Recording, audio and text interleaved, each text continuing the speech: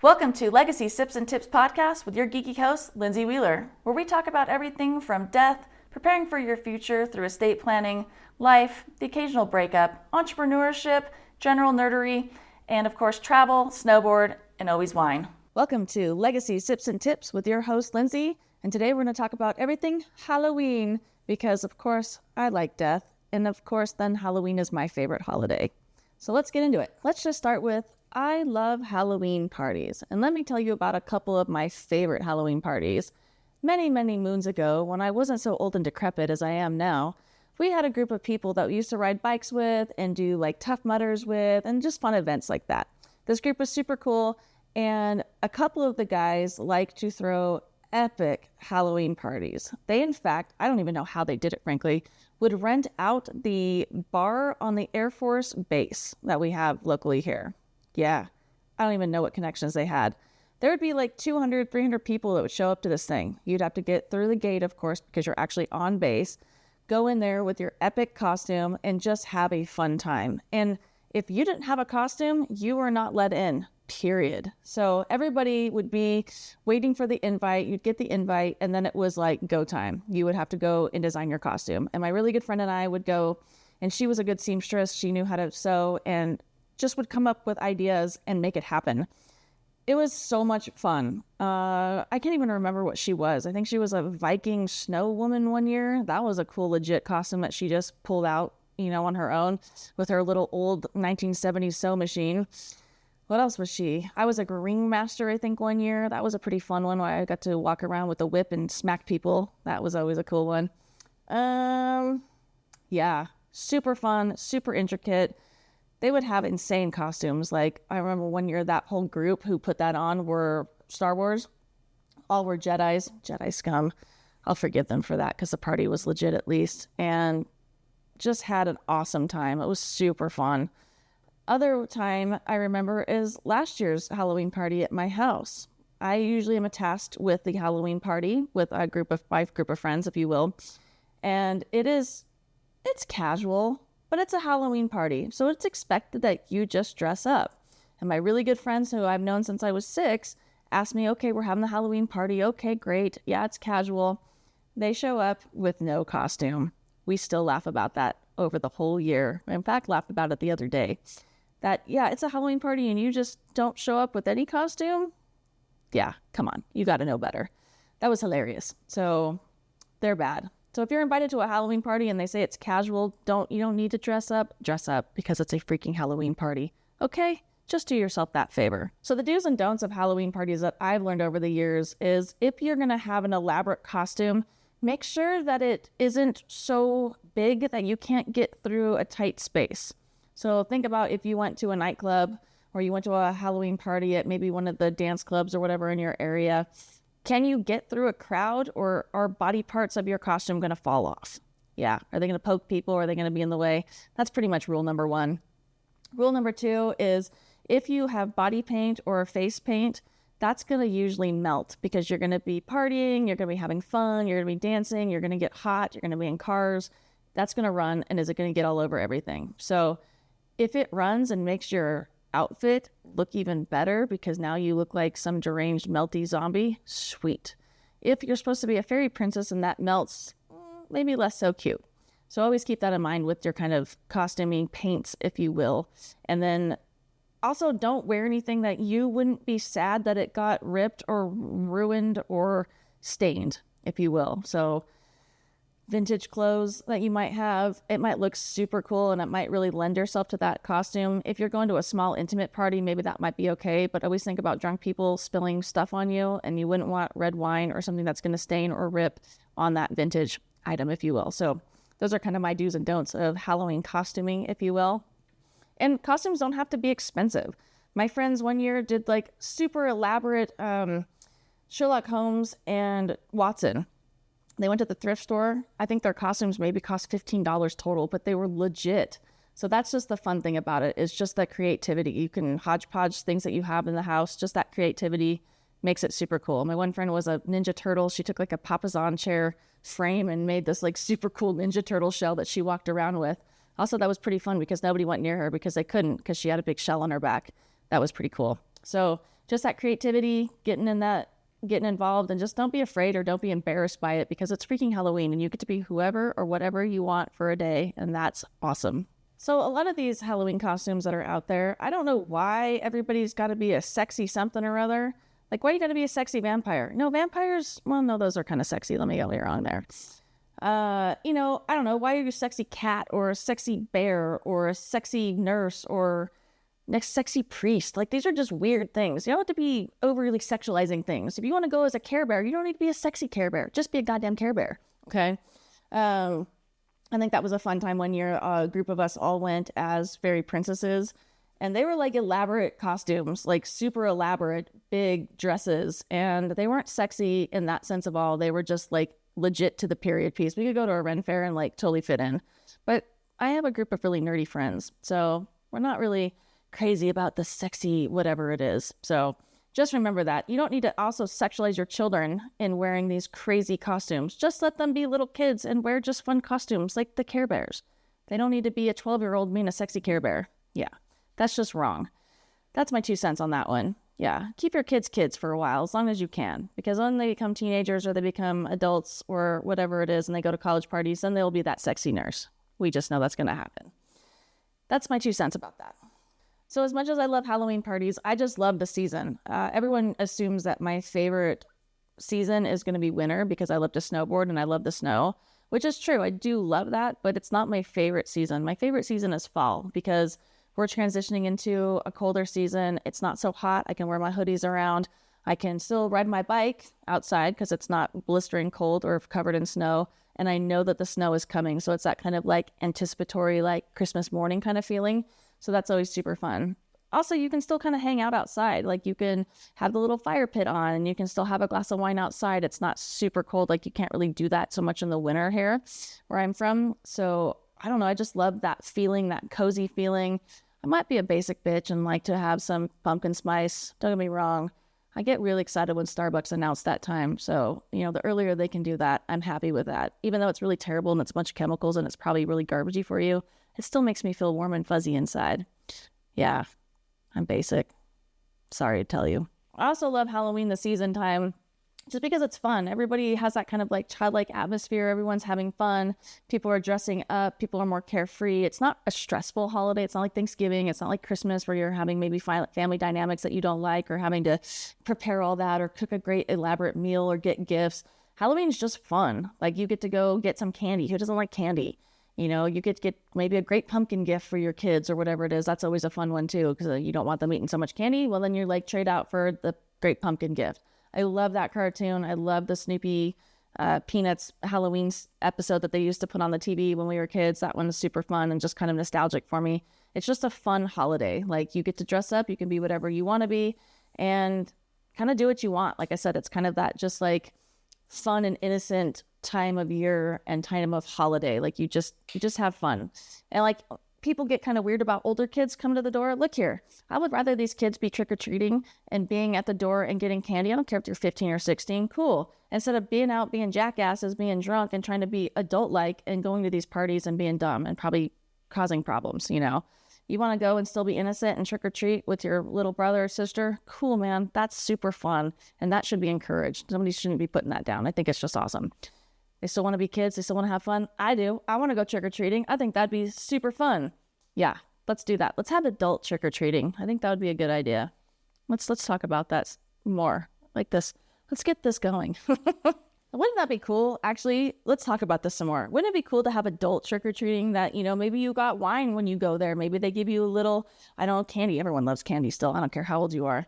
Maybe you get little little bottles, little dollar bottles or something. Maybe you get little apple cider if you go there. Maybe you get a bag of pretzels. I don't know. It just sounds fun. Maybe you get a pumpkin. That just sounds fun. Let's investigate this some more. Kind of like the adult ice cream truck, but it plays, mariachi music and delivers, margaritas. I like that idea, kind of similar to that vein. Let me know your ideas on that one. We can make this work. So for today's wine talk, we have a special bottle.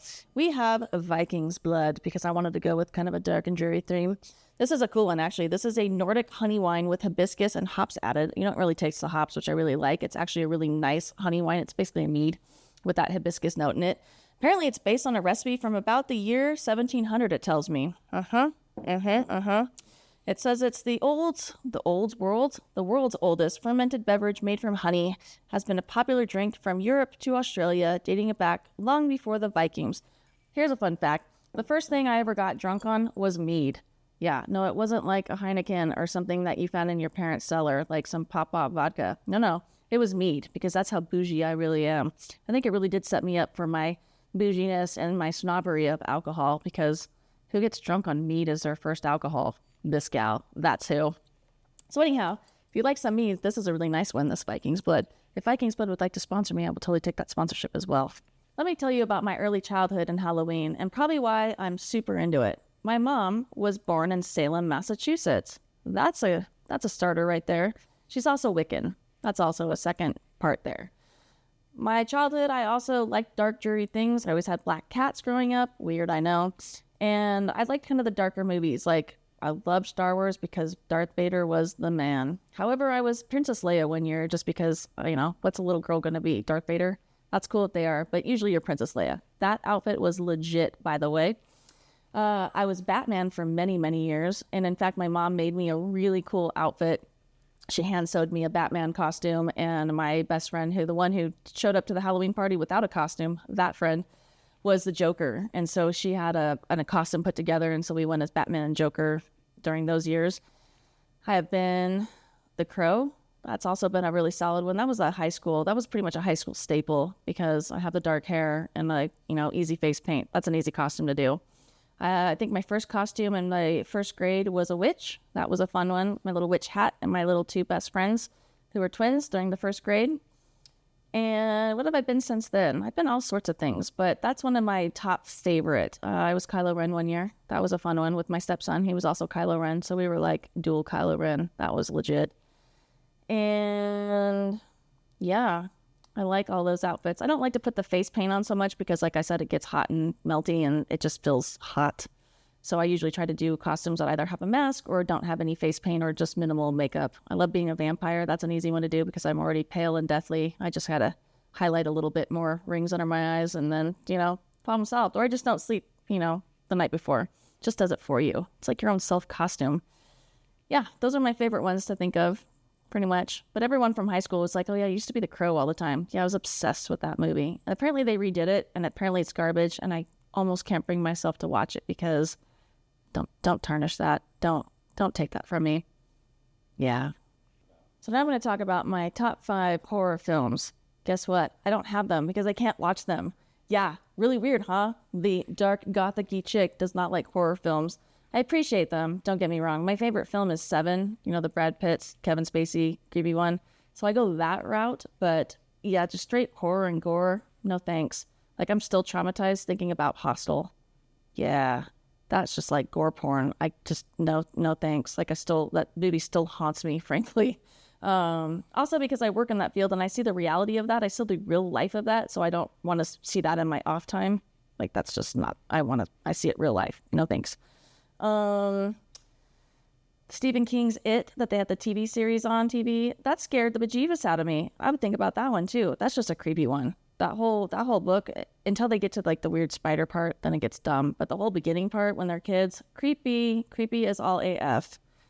Some of these new modern films, they're just creepy to be creepy, and I can't even watch the previews in the movie theater. I'm like, yeah, this is a no-go. This is a hard no-go. I can't even watch the preview, let alone go and watch the actual full film. Rob Zombie's House of a Thousand Corpse. That one stressed me out pretty good. The other one was the new Night of the Living Dead. Yeah, that one. I still think about that. I remember stop watching that in the theater and I had to unleash my hands from the seats because I was so stressed watching that movie. And then I would think about it of like, well, what would you do if zombies were super motivated? I don't know. And I have to have contingency plans in my brain. Who else does this? Who else is all mentally ill like this? Just kidding. Yeah, that's like, who does that? This is how my brain thinks. Maybe it's an ADHD thing that we just overthink these scenarios. maybe I'm a prepper in that way, where I'm like, if there is a zombie apocalypse, what are we going to do and how do we prepare for these things? Yeah. So yeah, horror films are not my jam. If they're your jam, I think they're cool. Like, especially like the ones that are more like cerebral, like House on Haunted Hill, the original one, not the campy lame one that they came out with, but the original one, the black and white one. That's all in your brain making that movie scary. There's no gore, there's no horror, there's no anything. It is just you making yourself scared. So movies like that are super cool to me. So the more the psychological films in that way. Alfred Hitchcock, of course, was the master of doing those kind of films. I like Guillermo del Toro and the costumes and the puppetry that they do. That stuff's legit. I like the artistic avenue of those type of horror films, but gore porn like Hostel, no thanks. Saw's an okay one. Saw's one that I will kind of tolerate just because it is kind of cerebral, even though it's a little gory. It has that kind of psychological aspect of it and makes you kind of think, and it's not just pure horror and gore just to be gory.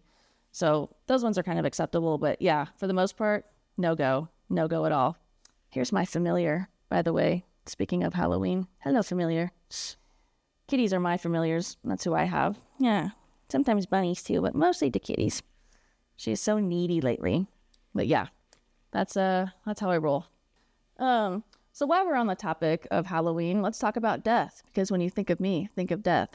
Yeah, I mean, I like Halloween in that sense that, especially like Day of the Dead and some of the other cultural traditions that we have about honoring ancestors, being able to commune with our loved ones who have passed away. I think that's pretty cool. Some of the other traditions, the other cultural traditions are really fun, like the, Celtic celebration of Samhain, which is traditionally the end of harvest. And that's the other thing too. It's generally a harvest holiday, which is super fun. So I remember going to harvest parties. Usually there's big full moons, there's food, there's good activity. People are preparing for winter. I don't know. It's just a cool holiday of generalness, basically, of the transitions of the seasons and getting ready and getting that harvest in and then preparing for winter and those fun holidays as well. And yeah, so let's talk about death, because, when you think of death, think of me. It's an interesting holiday. People say that the veil is thin and you're able to commune with your loved ones. The Hispanics have the Day of the Dead tradition, which is a super cool tradition as well, of which they honor their ancestors and their dead. Anybody seen Coco? That's a good example of that movie, about that holiday, which is a super legit movie, and they did such a good job with that.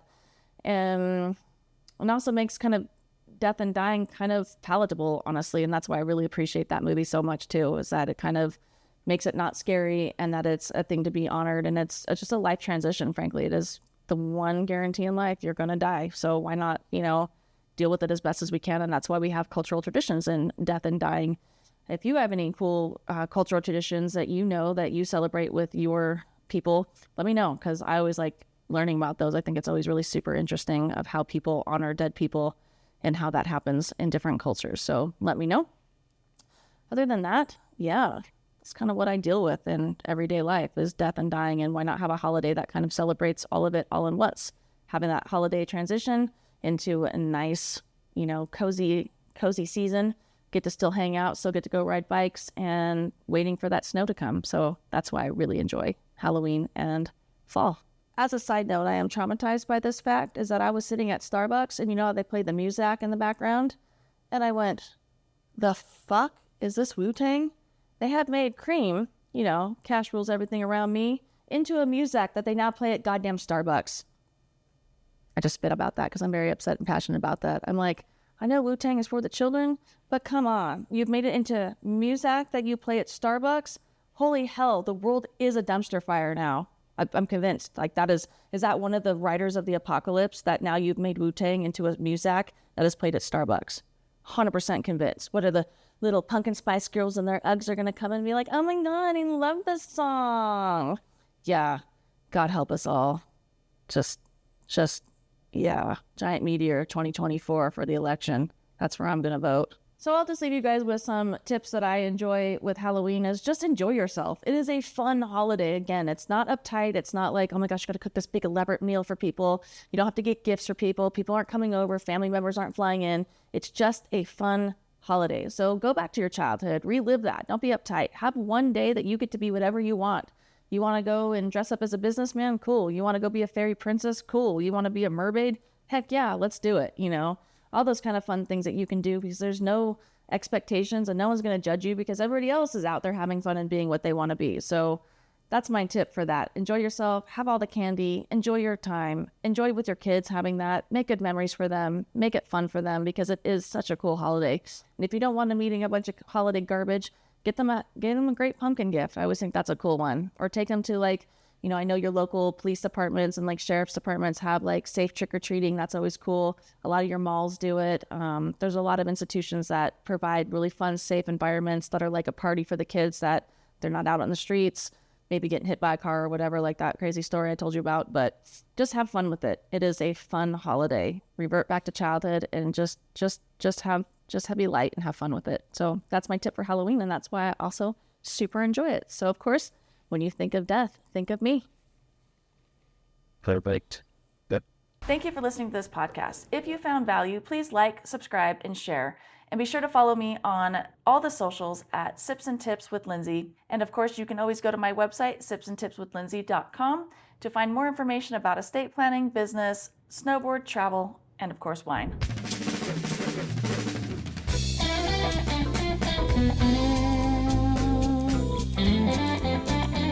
As always, we have to get the legal stuff out of the way. I went to law school, so you don't have to. However, we have to read the special disclaimer that I am not a practicing attorney. I am not your attorney. I am not offering any legal advice in any content or any episode.